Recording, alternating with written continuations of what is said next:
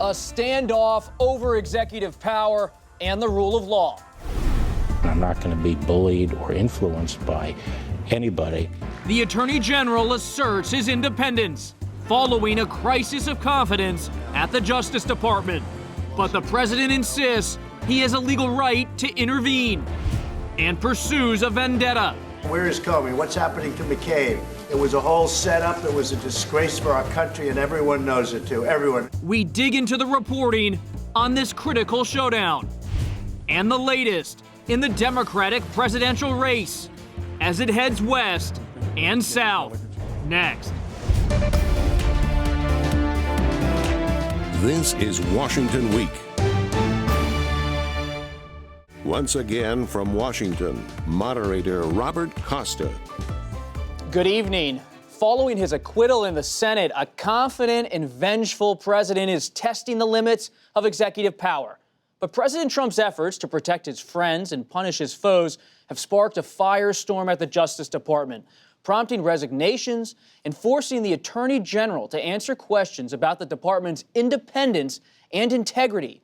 In brief, it began on Monday, when prosecutors on the Roger Stone case recommended that the longtime Trump advisor receive a 7 to 9 year prison sentence for his conviction on charges of obstruction of Congress and witness tampering. The next day, the president denounced the move, and the DOJ filed a softer sentencing recommendation, leading 4 prosecutors to quit the case, and 1 left the government entirely. Democrats were outraged, and Republicans were mostly muted. This is an abuse of power that the president is again trying to manipulate federal law enforcement to serve his political interest. And the president is what he is. He thinks he's above the law. He has no respect for the rule. But where are the Republicans to speak out on this blatant violation of the rule of law? The president made a great choice when he picked Bill Barr to be Attorney General. I think the president should listen to his advice. Attorney General William Barr, who has been deeply supportive of President Trump, then decided to speak to ABC News' Pierre Thomas on Thursday. He said he planned to modify the sentencing before the president tweeted. Barr then told the president to step off. Whether it's Congress, newspaper, editorial boards, or the president, I'm going to do what I think is right. I cannot do my job here at the department with a constant background commentary that undercuts me. By Friday, a new development has further challenged the bond between the Attorney General and the President. The Justice Department will not bring charges against former acting FBI Director Andrew McCabe for lying to investigators about a media disclosure. Joining us tonight, Molly Ball, national political correspondent for Time Magazine, Josh Dawsey, White House reporter for The Washington Post, Josh Lederman, national political reporter for NBC News, and Amna Nawaz, senior national correspondent for the PBS NewsHour. Let's begin with the president. Josh, you've been publishing all day about Andrew McCabe and the president. What's the latest? What's the president's response? Well, the president has a deep vitriol for Andrew McCabe. He believes Andrew McCabe's wife worked for Hillary Clinton, that Andrew McCabe was one of the officials who was out to get him. Some of this is obviously disputed. Part of it's not true. But anyway, the president wanted Andrew McCabe to be charged. And today when DOJ said that Andrew McCabe would not be charged, the president did not get a heads up from DOJ. He was very upset, and Pat Cipollone, his lawyer, came in to explain to him what was happening. When the president and Barr spoke this afternoon, there's been a pretty tense few days, as you said in your opening, between the president and AG Barr. And it's an interesting dynamic because Barr is his favorite cabinet member, with the exception of Mike Pompeo, his Secretary of State. Barr handled the Mueller probe like the president wanted him to. He's done repeatedly what the president has wanted.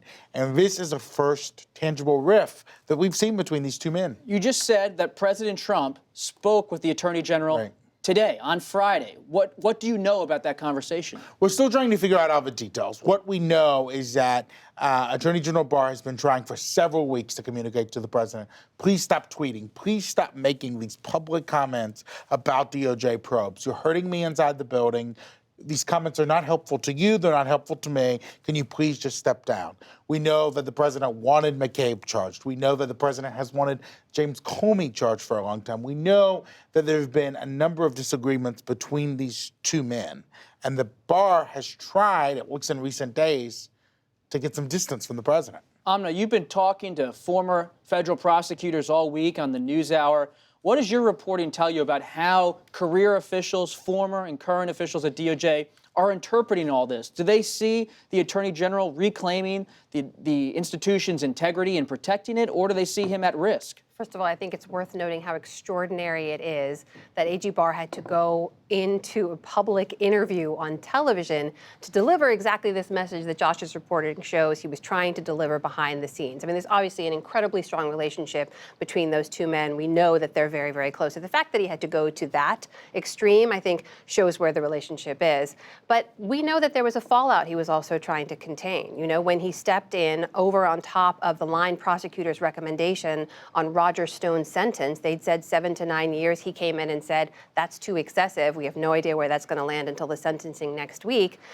That upset a lot of people. Rank and file prosecutors within the DOJ, even though it's totally legal, even though it is absolutely within his power and purview to do so, it is totally unusual. And it's very, very rare that that kind of thing happens.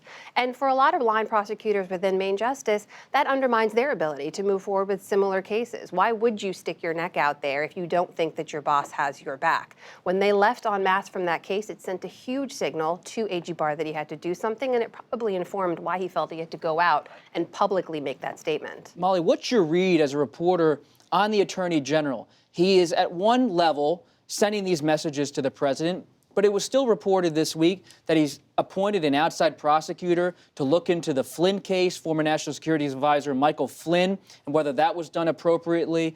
The softer sentencing has come out on Roger Stone. Where is he right now in this cabinet with this president?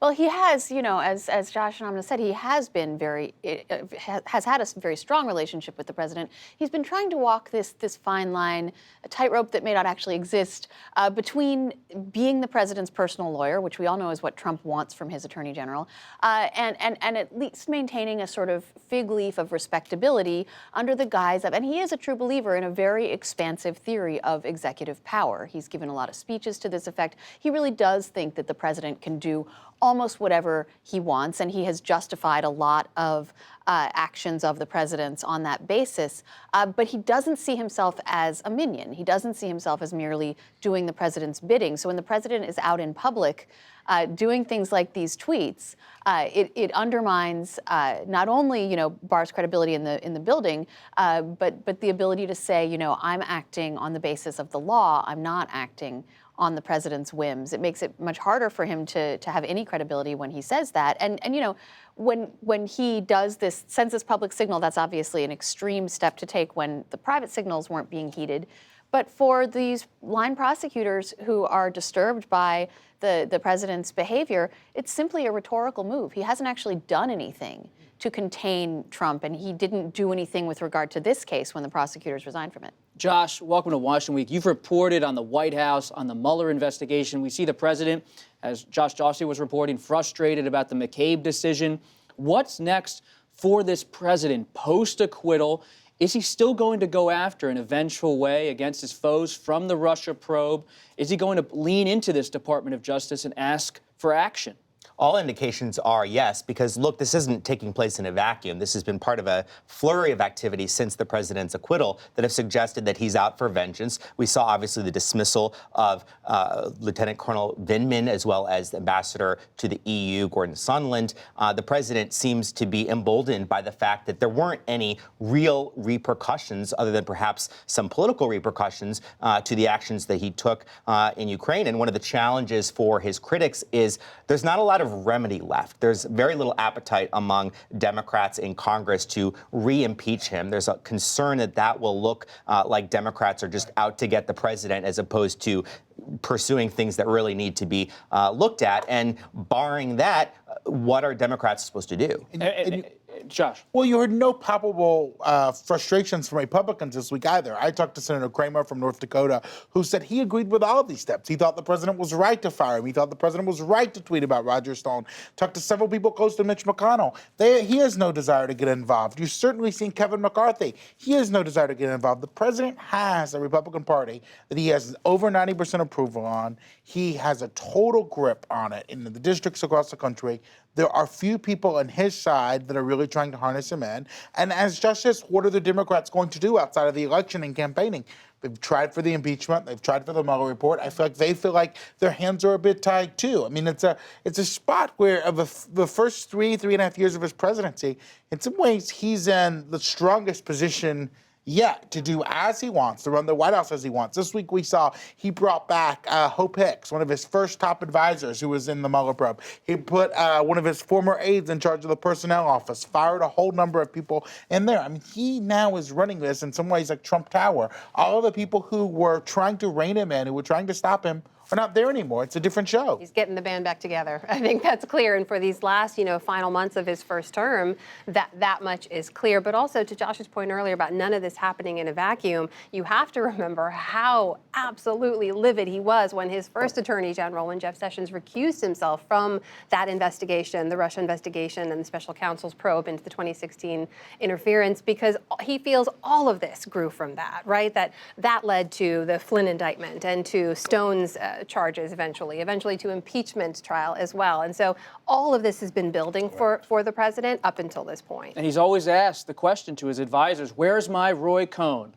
And at this point, do you see the Attorney General maybe being forced at some point to resign or step away? Is it a breaking point or not? Because at some level, you also see the Durham investigation of how the CIA and other officials have handled the Russia investigation and other issues still working its way through the Department of Justice. There's a few categories of people who actually come out and publicly disagree with the president on the Republican side. Like Democrats, yes. Political partisans, yes. But you have people who have either left the administration and feel comfortable speaking out once they're out of his purview and out of his circle of power. And you have people who are so confident in their relationship and know that the president relies on them that they can publicly disagree with him on a few things. People like Mitch McConnell and people like Lindsey Graham. Attorney General Barr is now in that category of people. But to Molly's point earlier, he does see himself as a true believer. There are certain things that he believes to be true about the rule of law. We don't know where that's going to go. Molly, you're writing a biography, it should be coming out in a few months, about Speaker Pelosi.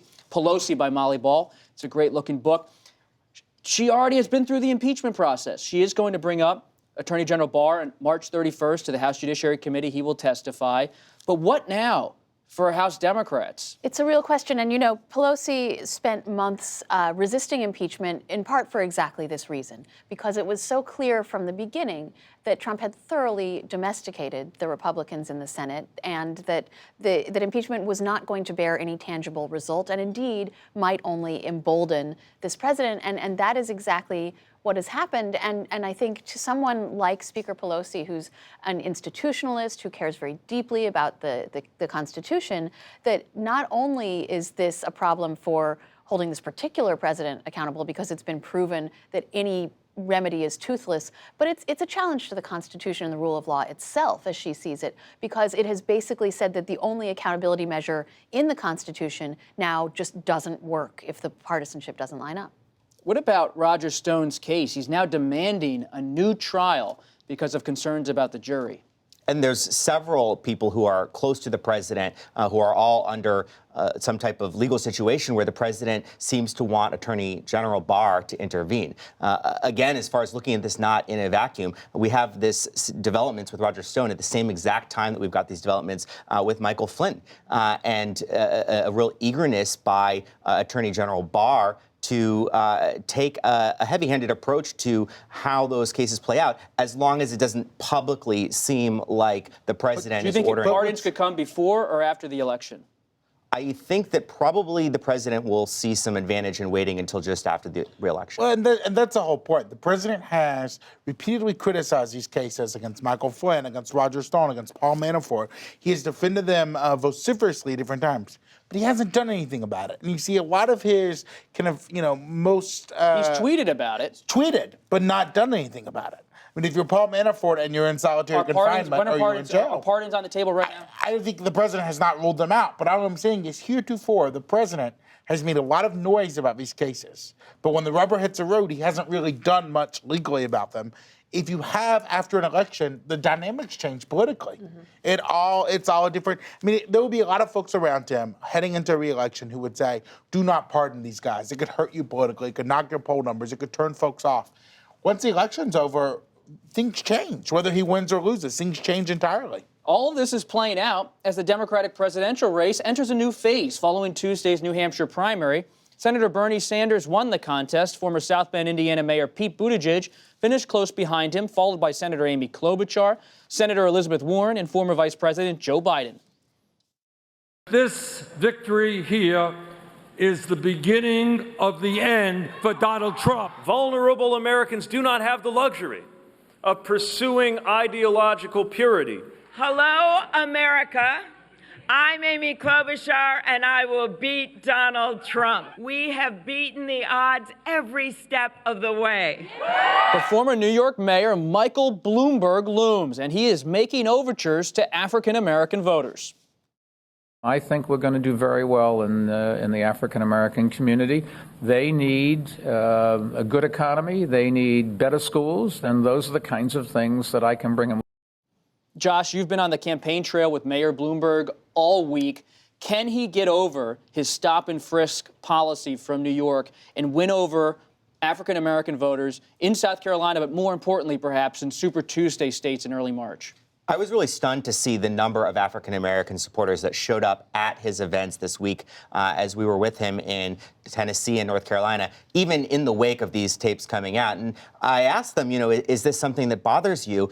And they largely said no. I think there's an element that's similar to Joe Biden, where people feel like they know Mike Bloomberg because he's been on the stage for so long. They say things like, I know where his heart is. But look, Mike Bloomberg is a double-edged sword in a couple of ways. The same elements that make him appealing as a former Republican, because he seems like he might be able to peel off some Trump voters, center-right Republicans, make him anathema to the part of the Democratic base that wants a progressive firebrand to push their cause. And the same part of him that is sort of a technocrat, data-driven, let statistics inform your policy, makes him appealing and successful as a businessman and mayor, also means that he said a lot of things in his career that may be numerically accurate, but are also very off color and really rub people the wrong way.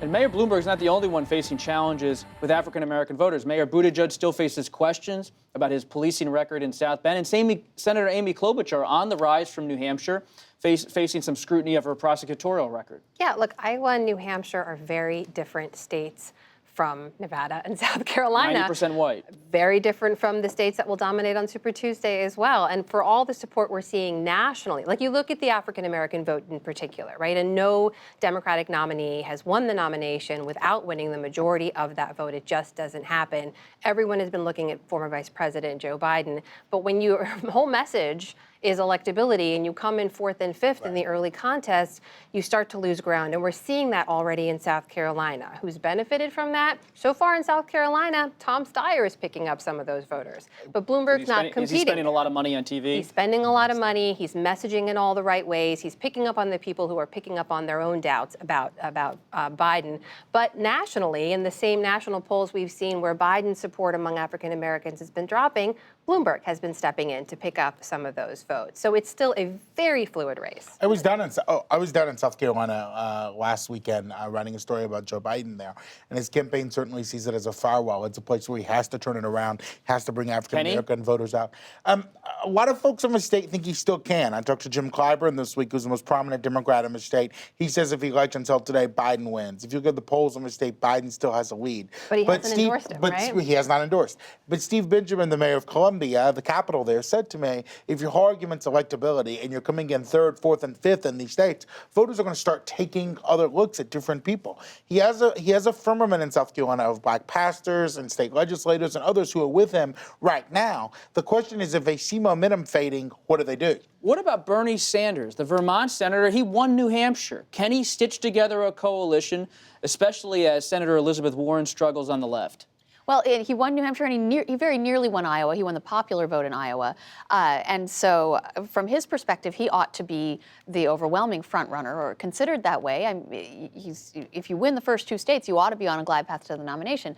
However, I think there's a lot of caveats around that from the so-called Democratic establishment, right? Is there a Democratic establishment anymore? Absolutely there is. Absolutely there is. And they are fearful that Bernie Sanders' candidacy would not be electable. And that's on the minds of a lot of Democratic voters as well. That's why people are flocking to Pete Buttigieg and Amy Klobuchar and Mike Bloomberg, because they so desperately just want to beat Trump. They're willing to forgive almost anything else. Now, that's not true of every Democratic voter, but it's true of a lot of the non-Bernie supporters. And so this faction of the Democratic Party, the sort of mainstream of the Democratic Party, is saying, just because he's able to win in a fractured field with 25% of the vote does not show that he can be the standard bearer for the whole party, that he can broaden his appeal versus being just a factional candidate. So it's going to be his challenge going forward to see if he can consolidate more of the party around him. Josh, I remember when I first met you, it was at Pete Buttigieg's campaign announcement in South Bend, Indiana, a year ago. You've been covering his campaign closely as well. A narrow second place finish in New Hampshire. How is he capitalizing as he looks to not only South Carolina and Nevada, but Super Tuesday? Well, he started to really ramp up his operations in other parts of the country. He says that he now is going to have staff in every state that is competing on Super Tuesday. What's the message, though? The message is that he is a coalition builder, someone that can bring people together, and that as some of these other candidates start to drop out and the field winnows, that he will start to consolidate some of that support from these other moderate candidates. But one of the things that we've heard over and over again from voters this cycle as we're talking to them around the country is that, in Washington, we talk about sort of the progressive lane and the moderate lane, and they're not thinking of it that way. You talk to Bernie supporters who say, my second choice is Pete Buttigieg. And you talk to Warren supporters who say, my second choice is Joe Biden. And so it's difficult to predict how that's all going to play out as the field continues to get smaller and smaller. What about Senator Klobuchar? You've seen minority candidates struggle in 2020 in this Democratic race. Female candidates have had a rough time, but Senator Klobuchar suddenly comes almost out of nowhere and finishes a strong third in New Hampshire. Can she capitalize on that quickly enough to actually make a dent in this race and be a contender? We've seen her kind of step up to seize the moment, in her own words there. She sees that they have momentum. She thinks her message is starting to resonate with people. What is that message right now? It's that message of this is what makes sense, America, that, you don't have to go all the way to the left to go with a super progressive candidate. You've got to have someone who can speak to some of these parts of America that voted for Obama in 08 and 12 and then went to Trump in 16.